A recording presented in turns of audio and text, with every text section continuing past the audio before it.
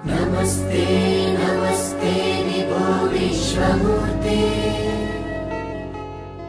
नमस्ते नमस्ते चिदानन्दमूर्ते, नमस्ते नमस्ते तपोयोगगम्य, नमस्ते नमस्ते श्रुतिज्ञानगम्य, नमस्ते नमस्ते विभो विश्वमूर्ते, नमस्ते नमस्ते चिदानन्दमूर्ते, नमस्ते नमस्ते तपोयोगगम्य, नमस्ते नमस्ते श्रुतिज्ञानगम्य।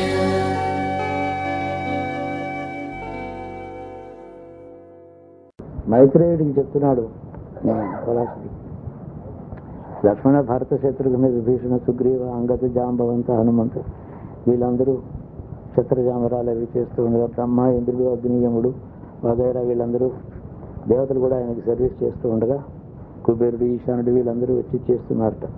వశిష్ఠ వామదేవ వాల్మీకి మార్కండేయుడు వీళ్ళందరూ ఉండగా విశ్వామిత్ర భరద్వాజ అగస్త్య మొదలైన మునివరులు ఋగ్వేద సామాధారణ స్తోత్రం ఆయనే స్తోత్రం చేస్తున్నారట. చేయరు కదా, అందుకు చేస్తారు, ఆయన మనుషు మాత్రుడుగా ఉన్నాడు కదా. సరే, ఇక చాలా మంగళవాద్యాలతో యథోచంగా దాశరథి రఘుకుల తిరుపుడు జానకి ప్రియుడు అభిషేకం తీసుకుని కోసలలో సింహాసనం మీద 11,000 సంవత్సరాలు రాజ్యం చేశాడు అని ఏమంటారు మీరు? ఒప్పుకుంటారా?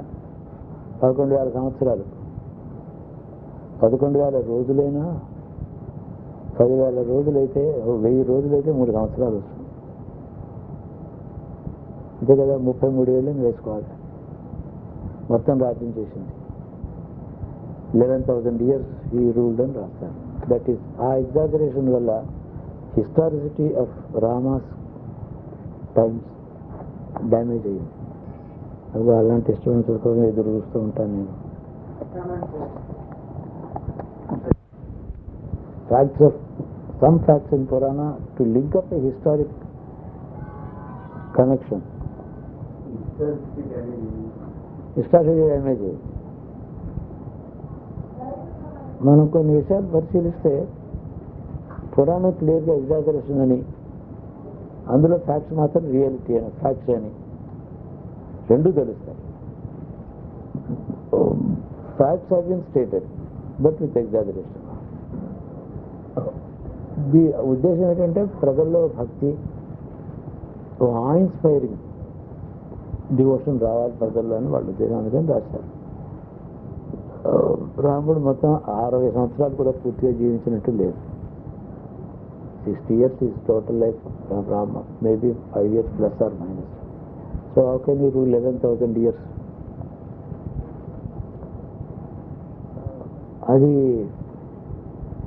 సరే, all that is to be taken with a pinch of salt. But మనం ఏం చేయాలని అంటే, ఉదాహరణ భరతుడు శత్రుఘ్నుడు గంధర్వ చేసిన జయించాడు భరతుడని 3 కోట్ల గంధర్వులను చంపేశారట భరతుడు. వాటికి మీ 3 కోట్ల దోమలు కూడా చావు పెట్టారు. పక్షవాతాన్ని ఎక్కడ చెప్పేటట్టేది 3 కోట్ల దోమలు చంపడం ఆలోచించండి ఎలా ఏదవుతుంది. చేయగలరా మీరు? ఒకటి ఇండివిజువల్ దొరకవని అక్కడ ఎక్కడుంటే అక్కడికి వెళ్ళి వాటి సమూహంగా ఉన్నప్పుడు మందులు కట్టి అలా ఒక 15 సంవత్సరాలు చేస్తే మొత్తం 3 కోట్లు పూర్తి కావచ్చు. అంటే ఇలాంటివి. కానీ జరిగింది ఏంటంటే, అయోధ్య నుంచి నార్త్ వెస్ట్కి వెళ్ళి రావణాసుడితో సింపథైజ్ చేసినటువంటి రాజులు అక్కడ ప్రజలు ఉన్నారు. వాళ్ళకి గంధర్వులని వీరు పెట్టారు. గంధర్వలోకం actually spiritual world above this earth, అది వేరు. They call it a Gandharvalok in the Afghanistan and that area. Some people who had been faithful to Ravan, so they had to be destroyed. అది జరిగింది. అలాగే శత్రుఘ్నుడు కూడా గొప్ప పరాక్రమశాలి. No doubt they are very powerful people. లవణాసురుడని ఒక అక్కడ అతను కూడా అక్కడే ఈ జైసాల్ మీరా ప్రాంతంలో ఉండేటువంటి రాజ్యాలు ఉన్నాయి, అది కూడా జయించాడని ఉంది. దెన్ నెక్స్ట్ అందరికీ రక్షణ కల్పించాడు. ఆయన అంత భగవద్వంశంలో వీళ్ళు పుట్టారు కాబట్టి, గ్రేట్ పీపుల్ కాబట్టి, people who were devoted to them also went to the same లోక యాజ్ రామ వెంట్. అది పురాణం. రాముడు ఒక భక్తి విషయంలో వచ్చేటప్పటికీ ఒక సీక్రెట్ ట్రూత్ చెప్తుంది పురాణం. ఆయన ఒక ఉత్తముడైనటువంటి రాజు, నిజమైనటువంటి జ్ఞానం, బౌద్ధలోక జ్ఞానం కలిగి స్వేచ్ఛ యొక్క శరీరం వదిలిపెట్టాక అక్కడికే వెళ్ళగలిగిన ఒక మహాయోగి, పుణ్యపురుషుడు ఎవరైనా ఉంటే అటువంటి గురువుని ఆచరించిన వాళ్ళు కూడా అతని లోకానికి పెడతారు. వాళ్ళకి వేరే తపస్సు అవసరం లేదు అని అర్థం. రాముడి విషయం అది. ఇది అన్ని కాలాల్లోనే జరిగింది. అలా కాకపోతే that are not to be so. The performance of Ramavataram or Krishnavataram by an individual, as an individual, killing, destroying a few people and teaching a few secrets of creation to a few people. ఆ తర్వాత వాళ్ళే తపస్సు చేసుకుని వాళ్ళే బయటకు వెళ్ళాలి, అలా ఉండదు. యాక్చువల్లీ వాళ్ళ కాంటాక్ట్లో ఉన్న వాళ్ళందరూ కూడా వాళ్ళ అవతారం పూర్తయినప్పుడు రాముడు ఎక్కడికి వెళ్ళాడో అక్కడికి వెళ్ళారు. ఆ మాట క్లియర్గా చెప్తోంది పురాణం. వాళ్ళ మీద అనురాగం కలిగిన వాళ్ళు, రాముడి మీద సీత మీద భక్తి అనురాగం ఏదైనా కోసల జానపదులు అని ఉంది. జానపద అంశాలు, జానపదాల్లో గ్రామీణ ప్రజలు ఆయన ఆరాధన చేసుకున్నారు కూడా. ఆయన జీవితకాలంలో చూడడం అనేటటువంటి ఒక ప్రభావం చేత ఆయన శరీరం వదిలిపెట్టి ఎక్కడికి వెళ్ళాడో అక్కడికి ప్రజలు వెళ్ళిపోయారు. వాళ్ళు వేరే తపస్సే పని అవసరం లేదు. అలాగే టీచర్ మాత్రమే కాదు ఒక గురువు. ఇలాంటి పురాణాల్లో కూడా అక్కడక్కడ ఆయన శిష్యుడితో సహా బ్రహ్మలోకానికి వెళ్ళాడు అన్నది ఓ చోట. ఆయనకు బ్రహ్మలోక ప్రాప్తి జ్ఞానం చేత తపస్సు చేతగలిగితే అంటే ఆయన అనుసరించడంలోనే ఆ భక్తి ఒక వెహికల్గా కూడా పనిచేస్తుంది.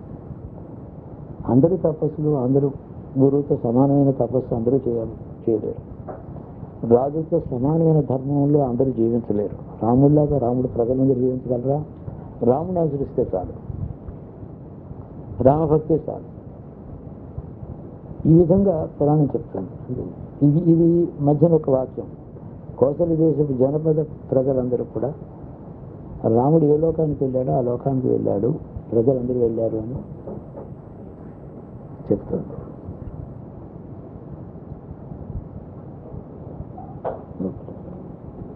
లోపలికి ఇలా కూర్చోండి, కూర్చోండి, పర్వాలేదు.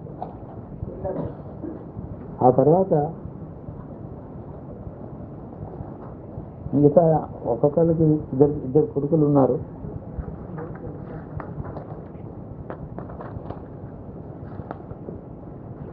చెబుతూ అంటే పురాణం ఎలా చదివితే అర్థమవుతుందో చెప్తున్నాను నేను. పురాణం చదివేటప్పుడు మన రేషనల్ థింకింగ్ కొంతవరకు ఉండాలి. అది ఎగ్జాజరేషన్ ఎక్కడుందో అది గుర్తించాలి. డిస్టార్షన్స్ సాధారణంగా ఉండవు, కానీ ఎగ్జాజరేషన్స్ ఉంటాయి. They don't tell you life, they don't tell anything, they don't write anything which is not a fact. Between fact and truth difference ఉంది. ఫ్యాక్ట్ వెనకాల ట్రూత్ దాకా ఉంటుంది. ఫ్యాక్ట్ తెలుసుకున్నప్పుడు ట్రూత్ తెలుసుకున్నామన్న దాన్ని వివేకం అంటాం, ఇన్ బిట్వీన్ లైన్స్ అంటాం, deciding the truth behind the facts. అలా పురాణం చదవాలి. తర్వాత రాముడికి కుశలులనే వాళ్ళు ఇద్దరు కొడుకులు ఉన్నారు. వాళ్ళ వంశం అంత క్రమంగా రాశాడు. మళ్ళీ కుశుడికేమో అతిథి అనేవాడు, తర్వాత నిషధుడు, అనలు, నభుడు, పుండరీకుడు, క్షేమధనుడు, దేవానీకుడు, అహీనకుడు, రురుడు, పారియాత్రికుడు, ఇలాగ రాసుకుంటూ వచ్చి సుమారు ఒక 34-35 మంది పేరు రాసి వీళ్ళందరూ ముఖ్యమైన వాళ్ళని మాత్రమే చెప్తున్నాం ఇందులోనూ అన్నాడు. అంటే ఆ 35-40 పీపుల్ మాత్రమే కాదు, ఇంకా చాలామంది పుట్టారు. 10 ఏళ్ళు 20 ఏళ్ళు పరిపాలించిన వాళ్ళు ఉన్నారు, ఏదో చేశారు. అందులో నోట్పతి వాక్యం ఏంటంటే 30వ తరంలో హిరణ్యనాభుడు. ఇది వీళ్ళందరూ కూడా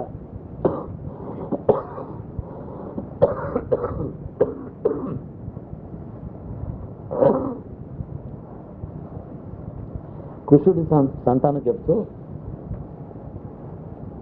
హిరణ్యనాభుడు అనేవాడు 35-40వ తరం వాడు. మహాయోగేశ్వరుడైనటువంటి జైమిని శిష్యుడు అయిన యాజ్ఞవల్కునికి వల్ల యోగ విద్య పొందాడు. యాజ్ఞవల్కుడు జనమేజయుడు అనేది భారత కాలానికి వచ్చేసాం. అంటే 34-40 తరాల్లో రామాయణం తర్వాత జనమేజయుడు టైంకి వచ్చేసాం. అది అధికులు, అది మైల్ స్టోన్. మా అయితే 40 తరాలకి ఈ కుషుని యొక్క వంశం వృద్ధి, 40 తరాలకి 50 తరాలు ఎంత వేసుకున్నా కూడా కొన్ని 100 సంవత్సరాల కంటే రావడానికి వీల్లేదు. కొన్ని ఒక్కొక్కడు 100 సంవత్సరాలు జీవించాడు. ఆ తర్వాత వన్ ఆఫ్టర్ ది అదర్ సైమల్టేనిటీ ఉంటుంది అందులో. అలా చేసుకోవడం. ఈ జైమిని అయితే మహాభారత కాలమని కాదు, మహాభారతానికంటే ముందే ఉన్నాడు ఆయన. కొన్ని 100 సంవత్సరాల ముందు నుంచి ఉన్నాడు. యాజ్ఞవల్కుడు కూడా అంత పూర్వుడే, చాలా పూర్వం ఉన్నవాడు. జైమిని శిష్యుడైన మహాయోగి అయినటువంటి యాజ్ఞవల్కుడు వల్ల దీక్ష పొందాడు ఇతను. ఈ కుషుడు వంశంలో 40వ వాడు ఏదో. సో ఆ దీక్ష పొంది అతడు యోగ విద్యను తెలుసుకున్నాడు. యోగ విద్య అంతర్యజ్ఞం, అంతర్యజ్ఞమే యోగం. బాహ్యయజ్ఞము క్రతువు అంటాం, అంతర్యాగం అనేది యోగం.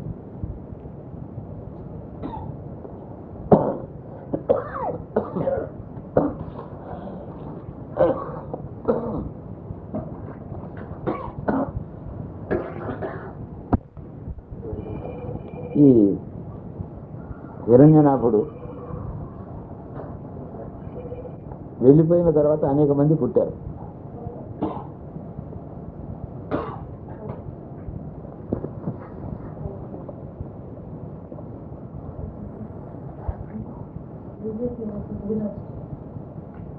ఇందాక మాట్లాడాడు కదా, ఏం కావాలి కనుక ఇక్కడ వేద కర్మలు వచ్చాయి. సో విశ్వామిత్రుడి కొడుకులు ఇక్కడికి వచ్చి they spread the Vedic culture in this south. According to the పురాణ, Vishwamitra is much older, long before Ramayana times. అప్పుడు వచ్చింది ఇక్కడ చరిత్ర.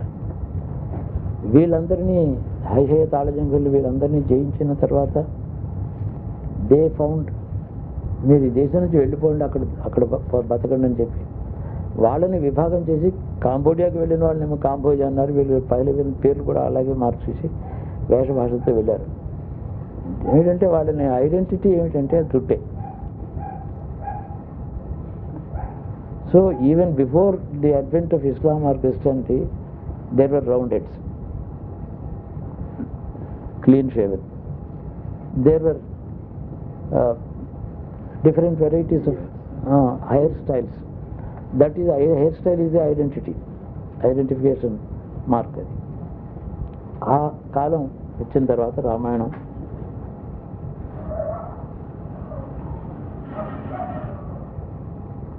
వాళ్ళు స్వధర్మమైనటువంటి బ్రాహ్మణ ధర్మం వాళ్ళు అంతవరకు ఉన్నారు. వాళ్ళు అన్యాయంగా ఈ రాజవంశాన్ని ధర్మం చేస్తున్న వాళ్ళని అహంకారంతో అధర్మ యుద్ధం చేయడం చేత బ్రాహ్మణుతో పోగొట్టుకున్నారు. వాళ్ళని మ్లేచ్చులు అని అనేశారు. ఈ మ్లేచ్చులతో వాళ్ళకి అన్వయిస్తున్న పురాణం చెప్తోంది. మ్లేచ్చుదానికి అన్వయం ఎక్కడ కుదరలేదు, ఎడిషన్లో దొరకదు. మల ఇచ్చ, అది మాలిన్యంతో కూడుకుంటే ఇచ్చ కలకడమే మ్లేచ్ఛత్వం అని నా అర్థం, నా అభిప్రాయం. అది రెండోది, మాల అనే దానికి పర్వతాన్ని శబ్దం అవుతుంది. పార్వతీయులు అయినారు అంటే పర్వతాల్లో దాక్కున్నారు వెళ్ళి. మ్లేచ్ఛ శబ్దానికి ఈ అర్థమే నేటి వరకు అన్వయించడం సహజం. ఆ తర్వాత సగరుడు చాలా కాలం పరిపాలించాడు. ఒక కశ్యప ప్రజాపతి వంశంలో ఉండే ఒక పిల్లని, సుమతి అనే దాన్ని పెళ్లి చేసుకున్నాడు ఆయన. అలాగే విదర్భరాజు కూతురు కేసిని అనే ఇంకో స్త్రీని కూడా పెళ్లి చేసుకున్నాడు సగరు. అయితే మళ్ళీ ఔర్వుల్ని they went and requested the muni Aurva. ఒక్కొక్క ఋషి ఒక్కొక్క ముని కొన్ని వంశాలు 10 తరాలు చూసిన వాడు ఉన్నాడు. 10 generations of a family were witnessed by one man. ఈ ఔరుని ఆశ్రయిస్తే ఆయన ఏం చేశాడంటే, 2 భార్యలు కదా ఈ సగరుడికి. One of them will have 60,000 sons. The other will have only one son. Who for what అని అడిగాడు.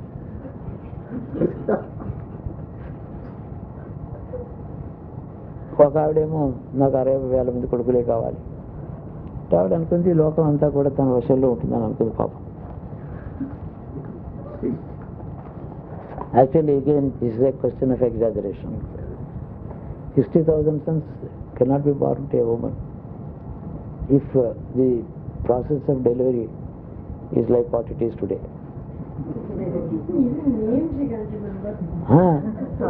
So,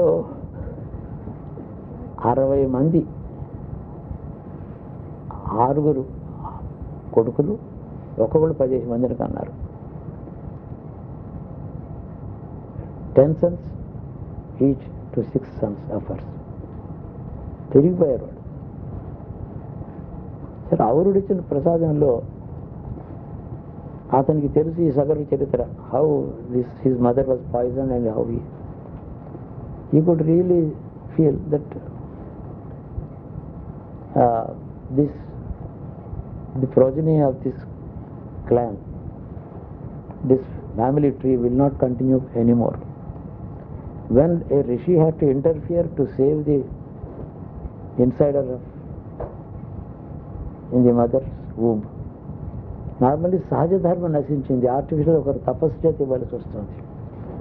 ఒక వంశం తన సహజమైన పూర్వ చరిత్రలో ఈ వంశంలో కర్తలు ఎవరో ఉన్నారు, వాళ్ళ సంకల్పం చేత, వాళ్ళ వంశంలో ఉన్న పుణ్యం చేత వంశం నిలబడుతుంది. పుణ్యం ఉన్నా కూడా వాళ్ళ సంకల్పం అయిపోతే ఇక వెళ్ళిపోతారు. అలాంటప్పుడు ఒక తరం, 2 తరాలు, 2 generations, one rishi or some yogi can give some prasad. It lasts for a limited time. So ఔరుడు ఏం చేశారంటే, నీకు ఇంతమంది కొడుకులు పుడతారని వాళ్ళకి వంశం ఇచ్చారు. కేసిని అనేటటువంటి స్త్రీకి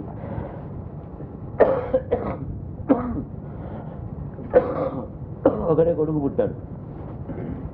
ఇక్కడ నీళ్ళు ఉన్నాయి కదా, నీళ్ళు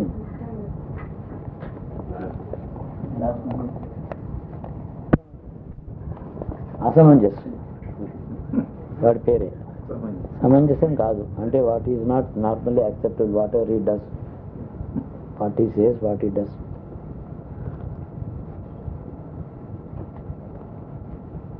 సగరుడికి వాడి జన్మకే ఇంత కష్టమైంది. చాలా మంచి పనులు చేశాడు, కోసం అంతరించే టైం వచ్చింది. ఈ అసమంజసుడు ముందు పుట్టాడు, వాడు ఈ 60,000 మందికి నాయకుడు అయినాడు. He became the leader of his brothers. వాడు ఏ పని సరిగా చేయలేదు. చాలామంది బ్రాహ్మణ కుటుంబాలని నాశనం చేశాడు, యజ్ఞవేదికలన్నీ పాడు చేశాడు, తాగుబోతయ్యాడు, స్వేచ్ఛా విహారం. అసమంజసుడు సగరుడు కొడుకు పూర్తిగా అధర్మంలో బతికాడు. ఈ వంశ గురువులు వీళ్ళందరూ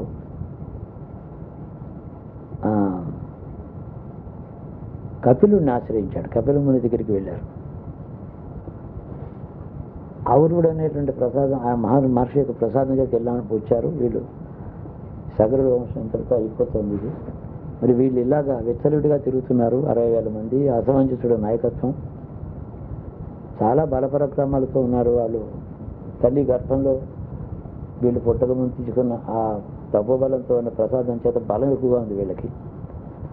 అంటే ఆయన కపిలుడు కళ్ళు మూసుకొని వాళ్ళు త్వరలో నశిస్తారు అన్నాడు.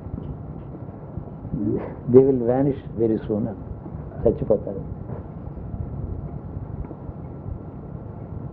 త్వరలో నశిస్తారని కపిలుడు చెప్పడం చేత కొంతకాలానికి ఈ సగరపుత్రులు ఇలా తిరుగుతూ ఉండగా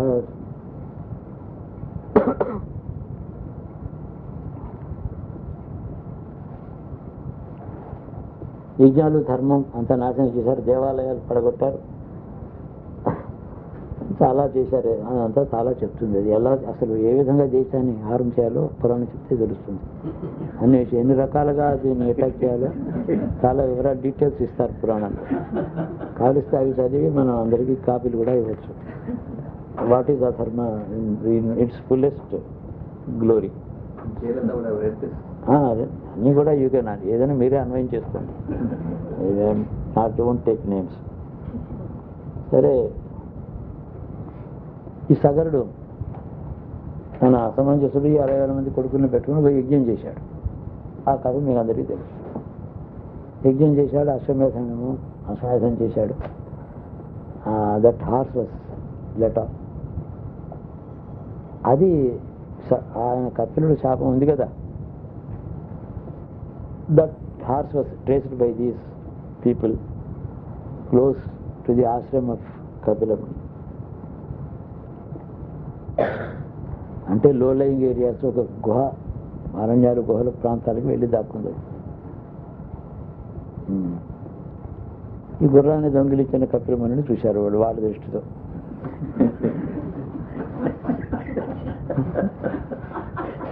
వాళ్ళ దృష్టిగా ఆయనకు గుర్రాన్ని దొంగిలిస్తే ఎందుకు చేస్తాడు, వాడు బుద్ధి లేదు. గుర్రాన్ని ఏం చేసుకుంటాడు ఈ పిచ్చి బ్రాహ్మడు అని అది కూడా లేదు ఆలోచన. ఎత్తుకుపోయాడు ఈయన. అసమంజసుడు అంటే అలా ఉంటుంది. ఆయన కొట్టండి చంపండి అని ఆయన ఏమీ చేయలేదు. కన్నెత్తి వాళ్ళని చూచాట. అందరూ అక్కడ చచ్చిపోయారు. చచ్చిపోవడం కాక అది భస్మం బూడిదైపోయారు. అదేమో అక్కడ శాపగ్రస్తులే అపరాధం చేసి ముని శాపంతో చచ్చిపోయిన వాడికి ఉత్తరగతులు ఉండవు. వాడు ప్రేతత్వం పొందుతారు.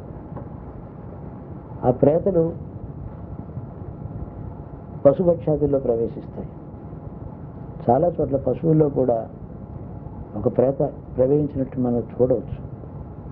అది చాలా పిక్యులర్గా బిహేవ్ చేస్తుంది. ఒక కాకి, ఒక పక్షి, ఒక పశువు, ఒక ఎద్దు, ఒక దున్నపోతు. నేను ప్రత్యక్షంగా చూశాను కొన్ని జంతువుల్లో. అది నార్మల్ యానిమల్ కాదు, it is a kind of possessed animal. It happens. ఇలాంటి వాళ్ళు అలా పెడతారు. ఆ ప్రేతలు ఉత్తరగతులు కావాలండి. మునిని ఆశ్రయిస్తే కొడుకులు పుట్టారు, వాళ్ళు ఇలాంటి వాళ్ళు అయ్యారు. అప్పుడు అసమంజుడికి ఇంకో కొడుకున్నాడు మళ్ళీని, అంశమంతుడు అని. వాడు మంచివాడు. వాడు తాతగారు అయిన సగరుడి యొక్క ధర్మాన్ని వాడు అనుసరించాడు, సేవ చేశాడు. వాడిని పంపిస్తే ఆ కపిలముని ఆశ్రమం దాకా వెళ్ళి చేస్తే కపిలుడికి నమస్కారం చేశాడు. ఏమిటి జరిగిందనంటే, నీ తండ్రి అసమంజసుడు, వీళ్ళందరూ ఇలా అపరాధం చేసి చచ్చిపోయారురా, గుర్రాన్ని తీసుకొని మీ తాతగారి దగ్గరికి పట్టుకెళ్ళమన్నాడు. సో అంశమంతుడు he took the horse and presented it to his grandfather. యజ్ఞం పూర్తి అయిపోయింది. అప్పుడు అంశమంతుడు అన్నట్ట,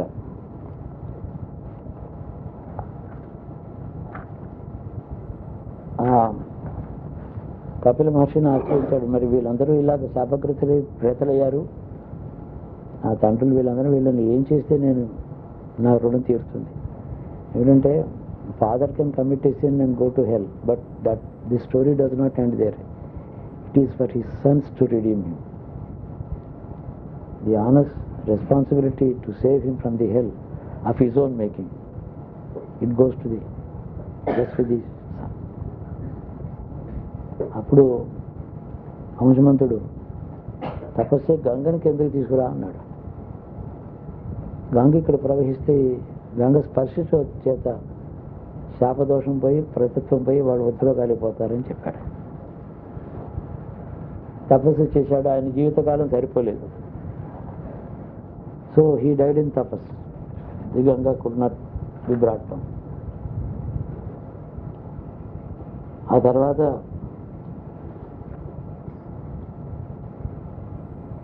ఈ అంశవంతుడు కొడుకు దిలీపుడు. దిలీప చక్రవర్తికి భగీరథుడు పుట్టాడు. రఘు మహారాజుకి తండ్రిని దిలీపుడు వేరు, ఈ దిలీపుడు వేరు అని అనుకోవాలా, ఆయన ఈయన అనుకోవాలా? ఇలాంటి క్వశ్చన్స్ చెప్తున్నాను, తర్వాత ఆలోచించాలి. ఈ భగీరథుడు గంగని తీసుకొచ్చాడు తపస్సు చేసి. You know that story. So Ganga name became Bhagirathi. Muni Bhagirath brought it down. ఆ భగీరథుడు కొడుకు సుహోత్రుడు, నాభాగుడు, అంబరీషుడు. అంబరీషుడు అందరూ పుట్టాడు, గ్రేటెస్ట్ డివోటీ ఆఫ్ విష్ణు. తర్వాత సింధుదీపుడు, ఆయుతాయుడు, ఋతుపర్ణుడు, వీళ్ళందరూ నలచక్రవర్తి. నలచక్రవర్తి వంశంలో అప్పుడు పుట్టాడు 10 తరాల తర్వాత. ఒక స్కీమ్ మనకి ఫార్మ్ అవుతుంది. ఎవరి ముందు ఎవరు కనుక అందరి పేర్లు మనకు తెలిసినవే. ప్లాన్ ఆఫ్ ది టైం తెలియదు కదా, అందుకని అతని ఆయుతాయు అనేవాడు కొడుకు ఋతుపర్ణుడు. తర్వాత అతడికే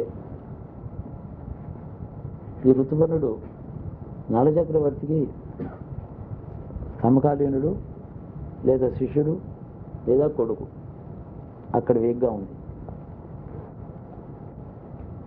ఈ ఋతుపర్ణుడికి కొడుకు సుదాసుడు అనేవాడు గొప్పవాడు పుట్టాడు.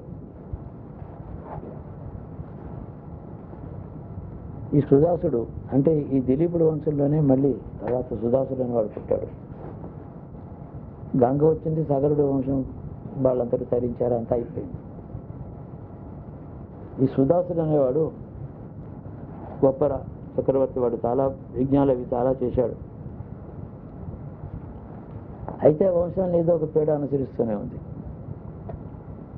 ఇన్ని యజ్ఞాలు బాగా చేసిన ఈ సుదాసుడు ఓ రోజు అడవిలో తిరుగుతుంటే 2 పెద్ద పులులు కనిపించాయి. ఆ పులిని బాణంతో చంపాడు. ఆ పులి నుంచి ఒక రాక్షసుడు వచ్చి నీ మీద కక్ష తీర్చుకుంటాను అన్నాడు. పులిని ఆశ్రయించిన ఒక రాక్షస జీవుడు అక్కడ ఉన్నాడు. ఈ సుదాసుడు యజ్ఞం చేశాడు. తర్వాత అదేం చేస్తాం అనుకున్నాడు. యజ్ఞం చేస్తే బ్రాహ్మణుని పిలిచి అందరికీ అంతా అయిన తర్వాత యజ్ఞకర్త తాను కర్త కదా, దానికి బ్రహ్మకేమో ఆహారం నివేదన ఆయనకి ఇవ్వాలి. ఆయన వశిష్ఠుడు తన కాలకృత్యాలు తీసుకొని తర్పణం చేసుకోవడానికి వెళ్ళాడు, నదికి వెళ్ళాడు. ఆయన ఈలోగా ఈ పులి శరీరం నుంచి వచ్చిన రాక్షసుడు వశిష్ఠుడి వేషంతో వచ్చి ఈ సుదాసుడితో అన్నాడు, నాకు నరమాంసం పెడితే తింటానన్నాడు. ఇదేంటి వశిష్ఠుడు అడగడం ఏంటి అని అనుకున్నాడు. కానీ వచ్చాడు, ఆయన వచ్చి మాట్లాడుతున్నాడు, స్నానం చేసి వచ్చేస్తాను నరమాంసం. అప్పుడు నరమాంసం తెప్పించి ఒక పాత్రలో వండించి అక్కడ పెట్టాడు. వశిష్ఠుడు వచ్చాడు, చూడంగానే ఇది నరమాంసాన్ని గుర్తించాడు. నాకు నరమాంసం పెడతావా, ఈయన ధర్మాలు చేసిన వాడికి నువ్వు ఆగ్రహించాడు.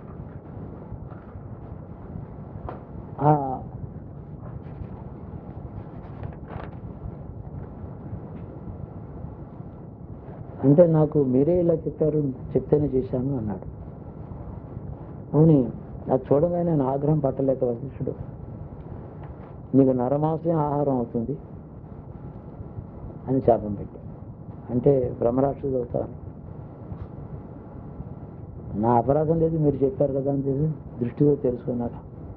ఓ ఇతడు తప్పులేదు అంటే అప్పుడు శాపాన్ని బాగా ఉపసంహారం చేసుకుని ఒక 12 years you will be eating human flesh occasionally. After that you will be rid of this curse. ఈ శాపం ఉపసంహారం అవుతుంది చెప్పాడు. అయితే అపరాధం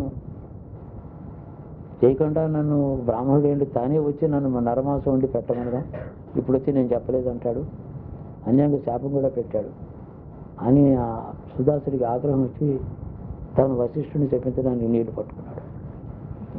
అంటే the Kshatriyas were not that helpless, they had enough tapas and taposhakti with them.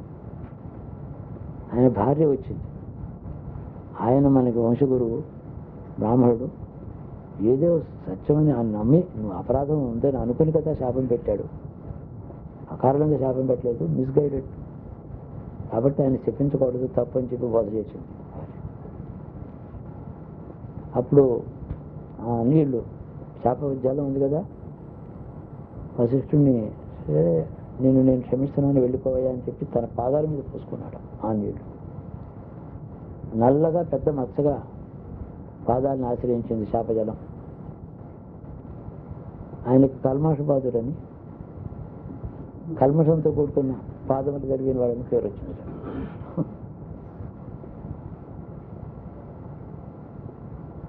ఆ తర్వాత అది ఓ వరం ఇచ్చాడు ఆయన వశిష్ఠుడే.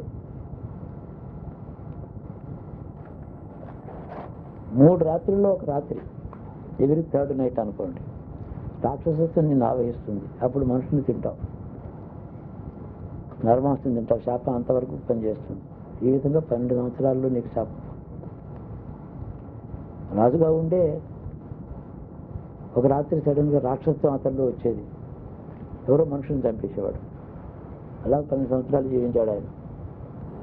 ఆయనకి సరే ఇలా ఇన్సిడెంట్స్ ఇవి జరిగాయని చెప్తోంది. ఇది ఆ రాక్షస భావంలో ఉన్నప్పుడు ఒక బ్రాహ్మణ దంపతులను చూశాడు. ఆ భావంలో ఉండడం చేత ఆ బ్రాహ్మణ్ణి చంపేశాడు.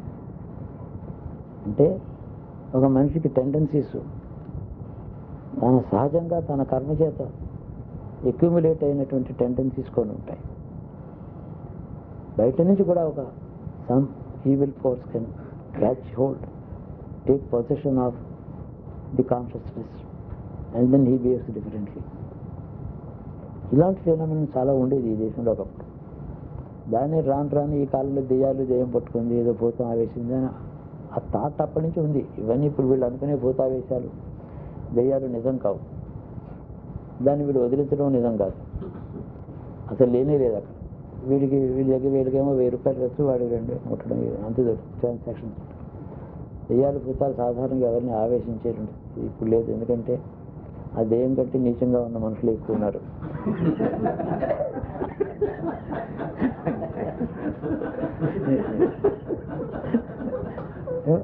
లాజికల్గా ఉంటారు కాబట్టి ఇలాంటి చెప్తూ ఉంటాను. దెయ్యం భూతం పిశాచం ఉంది అనుకోండి, వీడు నాకంటే అపవిత్రంగా ఉన్నాడు, వీడిని నేనేం పట్టుకుంటాను.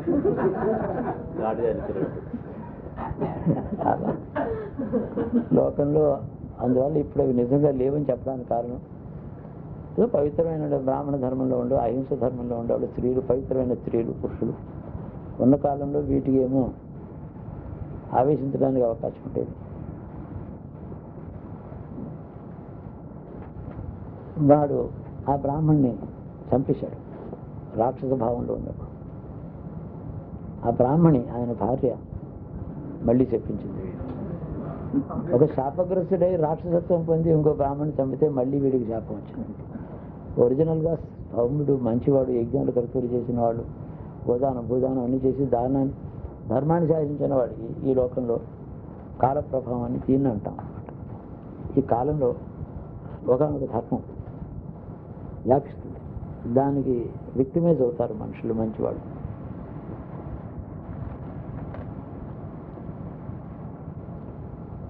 ఆమె అందుకే అతను వెంటనే తెలియవచ్చింది, నన్ను రాక్షస అంశ ఆవహించింది, నన్ను నా తప్పు కాదు ఇది, ఇలా చేశానని. అంటే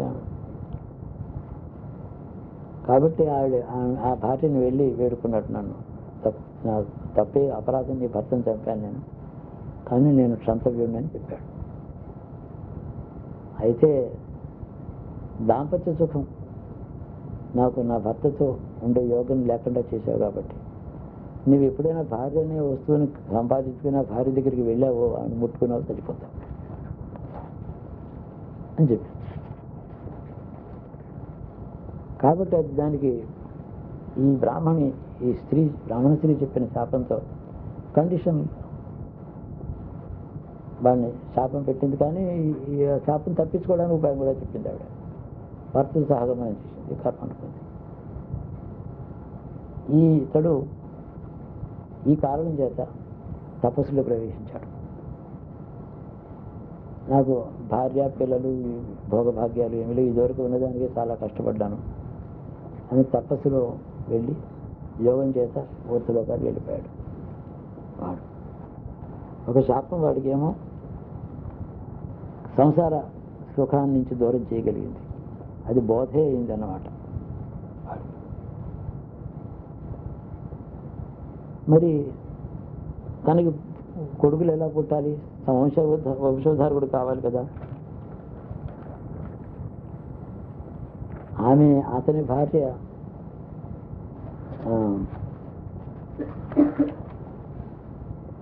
వశిష్ఠుడిని మళ్ళీ ఆశ్రయించింది. నా భర్త శాపగ్రస్తుడైనట్టు సంతానం కావాలని అంటే కేవలం ఒక ప్రసాదం ఇచ్చాడు. ఆయన ఇచ్చిన ప్రసాదం తపోబలం, సూర్యుడినే ఉన్న తత్తుకున్న ప్రసాదం ఇచ్చాడు. ఆమె పేరు మదయంతి, దమయంతి కాదు మదయంతి ఆవిడ పేరు. గర్భం ధరించింది. 7 సంవత్సరాలైంది, డెలివరీ కాదు. అన్ని ఇవే సమస్యలు. ఎంతకాలం వస్తారు, విసుగెత్తిపోతుంది.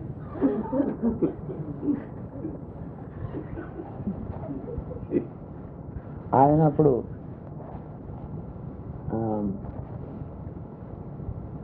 ఒక రాతి ఖడ్గంలా చేసుకుని దాంతో తను ఛేదించుకుని గర్భం విడిచిపెట్టింది, కొడుకుని కన్నది. అంటే సిజేరియన్ జరిగింది. కానీ ఏంటంటే ఇది కాదు, స్టెయిన్లెస్ స్టీల్ కాకుండా రాతిని శిలగా, ఆశ్మ అంటే రాయి అర్థం. దాంతో గర్భాన్ని ఇలా తీసుకుని పుట్టాడు కాబట్టి ఇప్పుడు అశ్మకుడు అని పేరెట్టారు. అశ్మాచి మృతికాజ్మ అంటే ఆశ్మ అంటే రాయి, బ్లాక్ గ్రానైట్ అని అర్థం.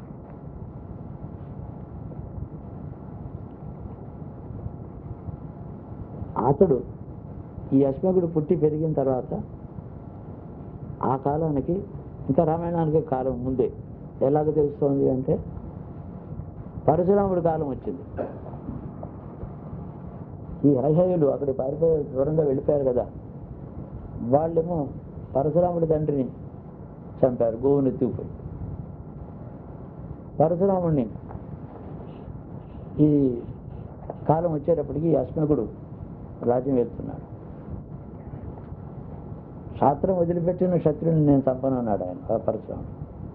మూతి మీద మేసం పెట్టుకుని ఖడ్గం పట్టుకుని నుంచుంటాడే, అలాంటి వాడిని చంపుతాను. దశరథుడు కూడా స్త్రీ వేషం ప్రాణం దక్కించుకున్నాడు. పరశురాముడు స్పేర్ చేసింది ఎవరిని అంటే శాస్త్రం వదులుకున్న క్షత్రియులు. ఈ అశ్మకుడు వీడిని చంపడానికి పరశురాముడు వస్తున్నాడని తెలియగానే తన చుట్టూ ఆడవాళ్ళని, స్త్రీలను కూర్చోబెట్టి, అర్ధనగ్నంగా ఉండే స్త్రీలను చుట్టూ కూర్చోబెట్టి మధ్యన దాక్కున్నాడు. చీనవాడిని వదిలేశాడు ఆయన. వంశం యొక్క డిక్లైన్ చెప్తోంది పురాణం. వాళ్ళు పడ్డ కష్టాలు, శాపాలు. ధర్మంలో ఉన్నారు, ధర్మానికి వ్యతిరేకమైన అధర్మము, అజ్ఞానం, పాపం వాళ్ళనేమో పీడిస్తుంది. ఈ అశ్మకుడు అనేవాడు ఆ విధంగా దక్కాడు. ఆ తర్వాత ఇంకా కొన్ని తరాలు గడిచాయి. అతని కొడుకే మూలకుడు. అనే ఈ అశ్మకుడు అనేవాడు ఏమో ఈ విధంగా రక్షించబడ్డాడు. అతని నారీ కవచుడు అని పేరెట్టారు. ఆడవాళ్ళని కవచంగా ధరించిన వాడు. బాగుంది కదా వాడికి.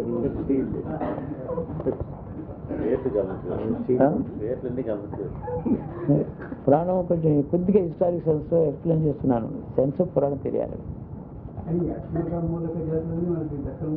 ఉన్నాయి వాడి కొడుకు, ఈ అశ్వముడి కొడుకు మూలకుడు. ఈ మూలకుని వాళ్ళు ఇంకో దశరథుడు పుట్టాడు. అయితే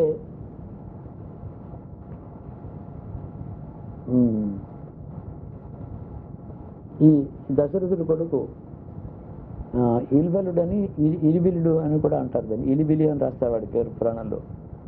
ఇల్బలుడు వాడి పేరు. వాడి కొడుకు విశ్వసహుడు.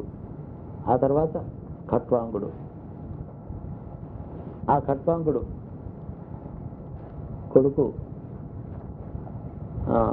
రఘు అని చెప్తున్నాడు. అంటే దిలీపుడికి డైరెక్ట్గా కొడుకు రఘు అని చెప్తాం కదా.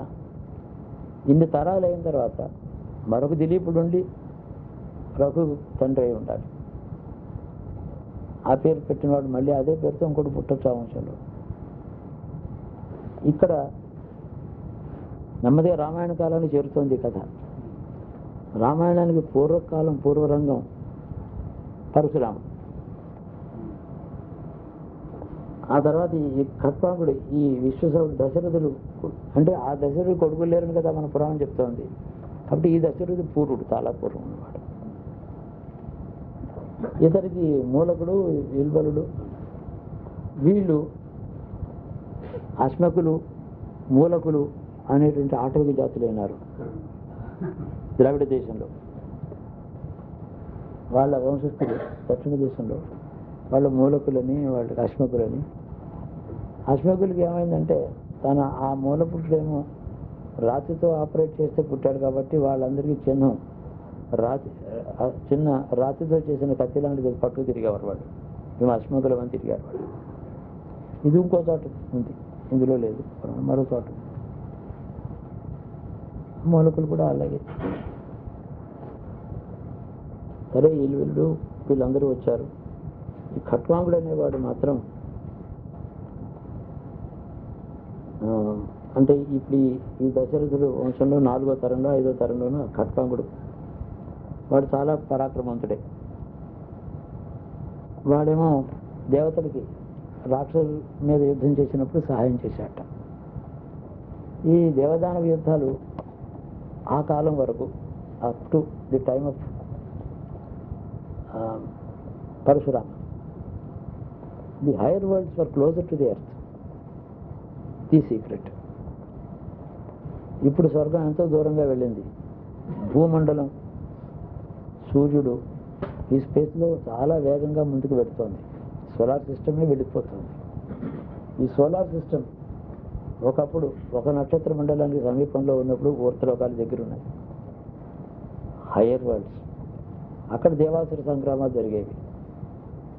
ఆ కాలంలో జీవించిన పరాక్రమవంతులైన చక్రవర్తులు దేవతలు సహాయం చేశారు. వాళ్ళ లక్షణం కలిగిన దేవతాంశ కలిగిన మనుషులు, రాష్ట్రాంశ కలిగిన మనుషులు భూమి మీద తర్వాత వచ్చారు. వీళ్ళు ఆసురి సంపత్తి, దైవీ సంపత్తి అని కృష్ణుడు చెప్తున్నాడు వీళ్ళ గురించి. తర్వాత వచ్చిన పాపులేషన్లో బోత్ రాక్షసతత్వం, ఈ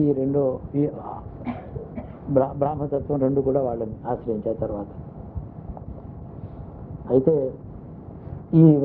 ఈ ఖట్వాంగుణ్ణి, ఖట్వాంగం అంటే ఏంటి తెలిసిన? మంచం కోడు, 1 leg ఆఫ్ ఎ కాట్, ఖట్వాంగం. వాడు రాక్షసుని చంపడానికి మంత్రబలతో అసలు ఒక మంచం కోడి తీసుకుని కొట్టేశాడు వాడు.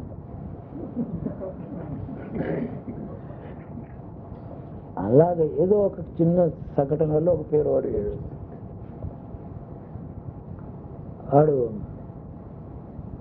యజ్ఞం అంతా బాగా చేసిన తర్వాత ఈ రాక్షసంహారం చేసి వాడు దేవతలు అందరూ అడిగారు, మీకు ఏమైనా వరం కోరుకొని నీకు ఏదైనా ఇస్తాం అన్నారు. అయితే ముందర నా ఆయుర్దాయం ఎంత ఉందో నాకు చెప్పండి అన్నట్టు. వరం అడుగుదాం, ముందర ఉండాలి కదా ఆయుర్దాయం. నాకు బాబు నీకు నీ వంశం అంతా, నీ రాజ్యం నిండా కనక వర్షం కురుస్తుంది. తర్వాత వీడు వెంట చచ్చిపోతే ఏం ఉపయోగం? దేవతల్ని అడిగారు. అడిగారు. అడిగితే నా ఆయుర్దాయం ఏందని అడిగాడు. తెలియనాడు. నేను ఒక అరగడియే ఉందని చెప్పారు. అంటే 12 minutes ఆయుర్దాయం ఉందని చెప్పారు. ఆ మాట తెలుసుకోవడానికి అడిగాను నేను ఎప్పుడూ కూడా అచ్యుతుడైన మహావిష్ణువుని ధ్యానించిన వాడిని అయితే, ధర్మం తప్పని వాడిని అయితే, నేను చేసిన పుణ్యం చాలా గొప్పది అయి ఉంటే, రుణాలు ఏమీ లోకంలో భూమి మీద నాకేమీ లేకుండా ఉండేటట్టయితే సూర్యమండలంలో ఐక్యం పొందాలి నేను అని అడిగాడు. నన్ను అక్కడికి తీసుకెళ్ళండి. శరీరం వెంటనే వర్జించాడు. ఆ జీవుణ్ణి తీసుకెళ్ళి ఈ దేవతలు సూర్యమండలంలో విలీనం చేశారు అని. అంటే అల్పాయుర్దాయం ఉందని తెలుసుకున్నప్పుడు కూరుకోదగింది ఏదో చెప్తున్నాడు. ఆయుర్దాయం చెకప్ తీసుకోరు, కానీ ఏవో కోరారు, వరాలు కోరుతారు. నాకు రాజ్యం కావాలని. రాజ్యం ఇస్తారు కానీ వీడు ఉండడు. దేవతలు ఆ విధంగా వరాలు ఇచ్చి సత్యం నుంచి వీడిని మోహంలో పడేస్తారు అని పురాణం చెప్తుంది. సరే, ఆ ఖట్వాంగుడి వంశం ఆయన గురించి విష్ణు పురాణంలో ఇతని మహత్తుని గురించి, ఖట్వాంగుడు వంటి చక్రవర్తి రాజు నభూతో నభవిష్యతి అని చెప్పి స్తోత్రం చేశారు దేవతలు. అలాంటి వాడిని. ఆ తర్వాత ఖట్వాంగుడు కొడుకు దీర్ఘబాహు, తర్వాత అతడు కొడుకు రఘు. ఈ దీర్ఘబాహువే బహుశా మరొక రెండో దిలీపుడై ఉండాలి. ఇంకేదనంటే సంతానం లేక వశిష్ఠుని ఆశ్రయించి కొడుకుని పొందడం దిలీపుడు పని చేశాడు. దిలీప చక్రవర్తికి సంతానం లేకనే కదా వెళ్ళాడు. కాబట్టి దీర్ఘబాహు అనేవాడే దిలీపుడు, అతడి కొడుకు రఘు. ఆ కథంతా ఇక్కడ చెప్పకుండా అందరికీ తెలిసింది కదా అని రఘువంశం దాని గురించి చెప్తుంది. దిలీప చక్రవర్తి సంతానం లేదు, వశిష్ఠుని ఆశ్రయించాడు, ఆయన గోసేవ చేయమన్నాడు, గోసేవ చేస్తే ఆయన కొడుకు పుట్టాడు, ఆయన పేరు రఘు అని చెప్తాడు.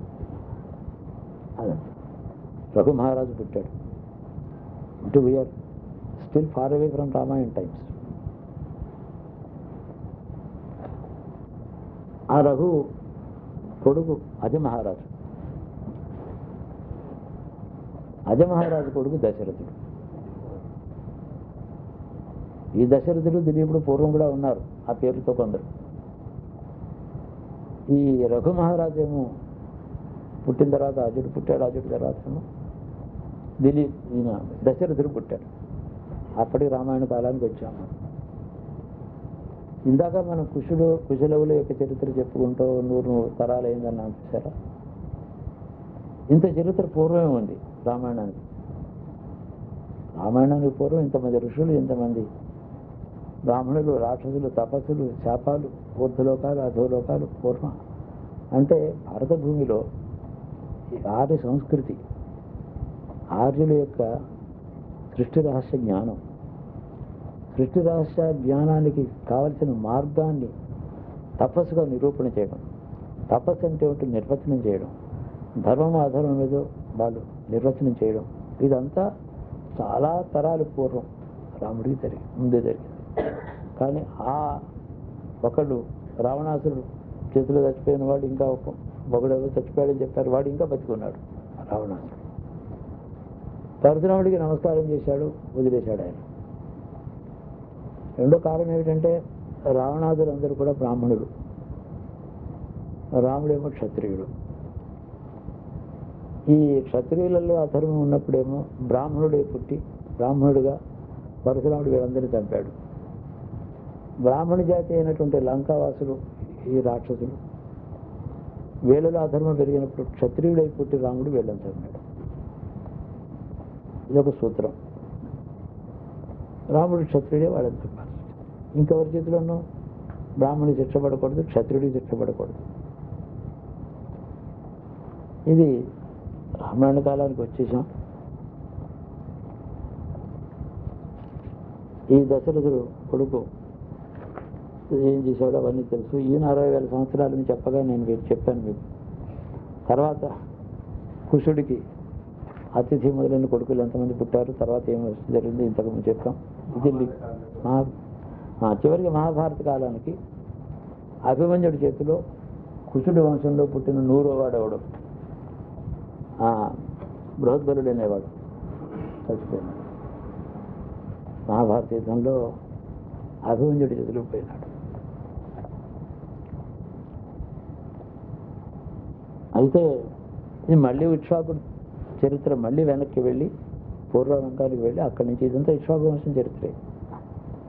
ఇక్ష్వాకు వంశానికే రఘుమహారాజు అనే గొప్పవాడు పుట్టింది, రఘువంశం అని పేరు వచ్చింది. దాశరథి అంటాం, దశరథి కొడుకు. ఇలాంటివి అనేక పేర్లు ఉంటాయి ఒకే వ్యక్తికి, ఒక వంశానికి. ఇప్పటికి సుమారు మనం చెప్పుకున్న చరిత్ర ఎంత తక్కువ వేసుకున్నా మనం అనుకున్న చరిత్ర 3000 సంవత్సరాలు అవుతుంది. అది చాలా రేషనల్ ఎస్టిమేషన్. రామాయణ కాలానికి పూర్వమే ఉన్నటువంటి భారతీయ సంస్కృతి చరిత్ర తెలుసుకోవడానికి ఈ ఇన్ఫర్మేషన్ వాడుకుంటున్నాం. వాళ్ళు చూపించిన ఎగ్జాజరేషన్స్ కాదు. 60,000 సంవత్సరాలు రాముడు పరిపాలించాడు, ఏదో 3 కోట్ల గంటలు ఎవరో చిత్రగుండు చంపాడు, అది ఇంపార్టెంట్ కాదు. ఇవంతా చరిత్రనే పురాణీకరించడం, దాన్నే ఒక అయితే పురాణ యొక్క ఉద్దేశం ఏంటంటే ఇట్లాంటి మహత్తులు, ఇటువంటి తపస్సులు ఉన్న వ్యక్తులు నీ దేశంలో ఉండేవారు, వీళ్ళు నీ తాతలని మనకి చెప్పడం. అది ఎగ్జాజరేషన్ కాదు. ఇందులో సూత్రమైనటువంటి తపశక్తులు, తపోబలం, దైవాంశలు, మనుషులు, రాక్షసాంశలు 3 ఉన్నాయి. దేవతలు ఉన్నారు భూమి మీద, రాక్షసులు ఉన్నారు, మనుషులు ఉన్నారు. The interaction, all that has happened, అది చెప్పడం మనకి ఉద్దేశం. పేర్లు ఎప్పుడైతే వచ్చా పేర్లు కల్పించవలసిన పని వాళ్ళకి లేదు. చాలా తరాలు ఒమిట్ అయి ఉండొచ్చు, ఎందుకంటే వాళ్ళు ప్రధానమైన గొప్పవాళ్ళు కాకపోవచ్చు, ఆర్డినరీ పీపుల్ కావచ్చు. ఈ విషయం మోడర్న్ హిస్టోరియన్స్ కూడా ఒప్పుకుంటున్నారు. చాలామంది 48 రాజులు పరిపాలించారు, అందులో ప్రధానం వాడు వీడు అని చెప్తాడు ఒక్కొక్కసారి. మళ్ళీ వెనక్కి వెళితే నిమి చరిత్ర వస్తుంది. ఇక్ష్వాకు మహారాజు కొడుకు నిమి, నైమిషారణ్యం అని ఇతడి పేరు ఉంది. నిమి చక్రవర్తి పేరే అతడు పరిపాలించిన భూభాగం నైమిష. నిమి చక్రవర్తి పేరు నైమిష వచ్చింది. ఆ నైమిషారణ్యంలో బ్రహ్మదేవుడు దగ్గరికి ఋషులందరూ వెళ్ళి మాకు ధర్మాన్ని పునఃప్రతిష్ఠ చేయాలని ఉంది, ఎక్కడ ఏమి యజ్ఞం చేయమంటారని అడిగితే ఆయన దఫ చక్రాకారంగా ముడి వేసి దాన్ని దొల్లించి ఇది ఎక్కడ పడిపోతుందో అక్కడ చేయండి అన్నాడు. అది నైమిషారణ్యంలో వచ్చి ఆగింది, అక్కడ చేశారు. So Naimisharanyam became Tapovati. The name was got by the chakravarti Nimi. ఎవరి నిమి? మళ్ళీ వశిష్ఠుడు. అందరూ వశిష్ఠులే, 100 తరాలు కూడా వాళ్ళందరూ వశిష్ఠులే అవుతారు. జనకులు అంటే ఎన్నో తరాలు గడిచిన ప్రతివాడు జనకుడే వంశంలో. అది వంశం పేరు పర్మనెంట్గా అదే వశిష్ఠుడు వచ్చాడంటాడు. అన్ని పురాణాల్లో అన్ని కాలాల్లో వశిష్ఠుడు ఉంటాడు, ఎందుకంటే వంశం అని. వాళ్ళు ఈ నిమి చక్రవర్తి ఆయన గొప్ప సత్రయాగం చేశాడు. 1000 సంవత్సరాలు ఉంటాడు, 1000 రోజులు అనుకోవచ్చు, 3 years. అది 12 సంవత్సరాలు యజ్ఞాలు కూడా జరిగింది, ఇప్పుడు కూడా చేస్తున్నారు. ఈ వశిష్ఠుడి దగ్గరికి వెళ్ళి నువ్వు హోతగా ఉండవలసింది, you must be presiding over the యజ్ఞం అని చెప్పి వశిష్ఠుడిని రిక్వెస్ట్ చేశాడు. ఆయన చేస్తే ఆయన అన్నాడు, నన్ను దేవేంద్రుడు నన్ను యజ్ఞానికి పిలిచాడు, నేను ఆయన ఎంగేజ్డ్ గా, నాకు అంతా అయినాక వస్తాను. అది ఎంతకాలం పడింది? 500 సంవత్సరాల్లో అయిపోతుంది అన్నాడు. సరే నువ్వు ఉండాలి కదా అంతకాలం.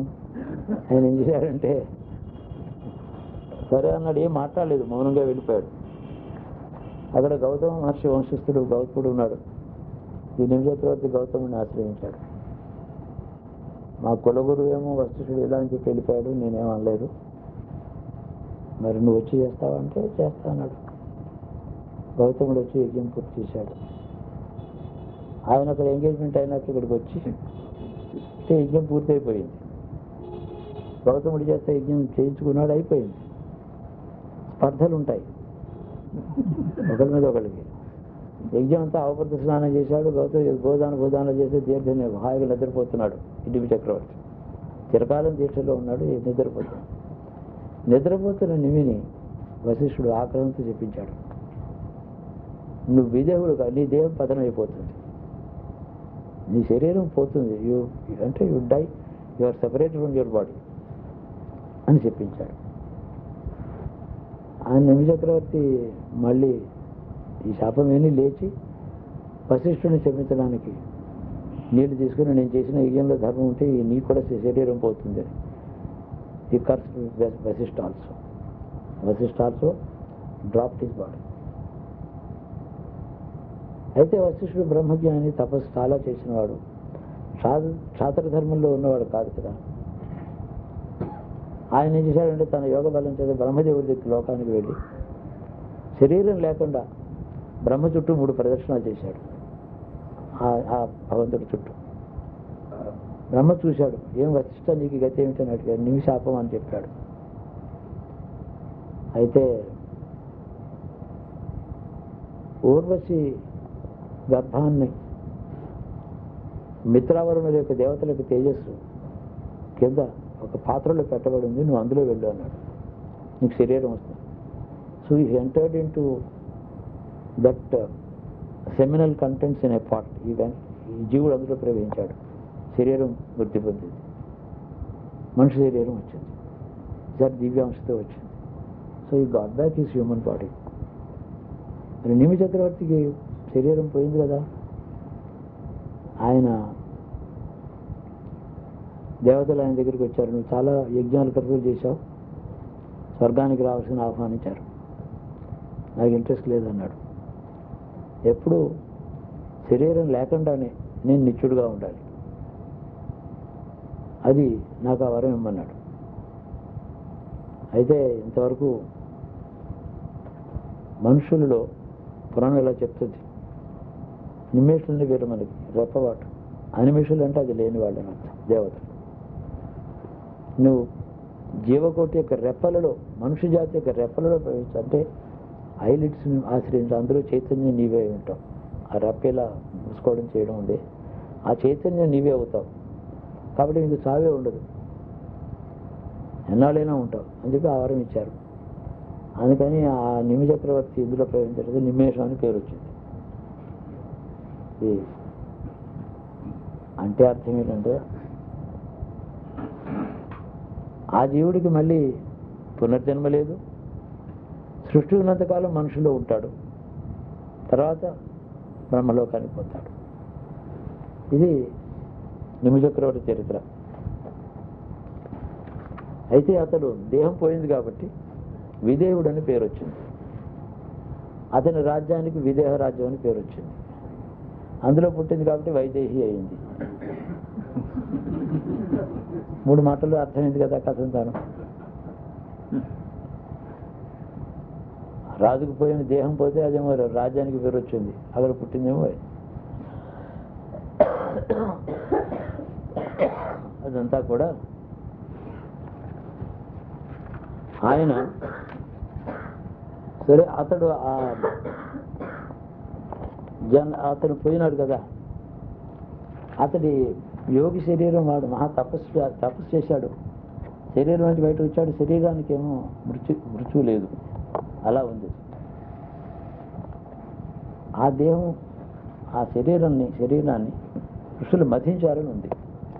అంటే ఒక మంత్రదండం తీసుకుని అతని శరీరం మీద ఇలా తిప్పారు, అది అందులో మధించడం చేత దాంట్లోంచి ఒక పురుషుడు పుట్టాడు అని. దీన్నే ఇప్పుడు క్లోనింగ్ అని అంటున్నాం. అంటే the remnants of a human body ఎక్కడ కొంచెం ఉన్నా దాన్ని మళ్ళీ రీజనరేట్ చేయవచ్చు. They will get a replica of the original body whose part has been taken it. అది అంటే ఇవన్నీ ప్రాసెస్ సైన్స్ కూడా ఇప్పుడు చెప్తుంది. ఇవన్నీ ఒకప్పుడు జరిగినాయి భారతదేశంలోనే, మనం ఊహించాలి, నమ్మకం ఊహిస్తే చాలు. ఊహకు అందితే నమ్మకంగా ఉండలేడు.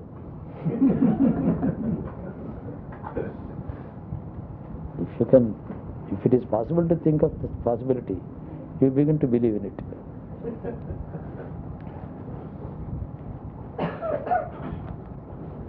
ఆయన ఆయన అందులోంచి శరీరం నుంచి పుట్టాడు కాబట్టి మదీంద్రంలో పుట్టాడు, వాడి పేరు మిథి అని వచ్చింది. అందులోంచి పుట్టిన వాడి పేరు మిథి. వాడు పరిపాలించిన రాజ్యం కాబట్టి మిథిల అయింది. విదేహ రాజ్యం మిథిల.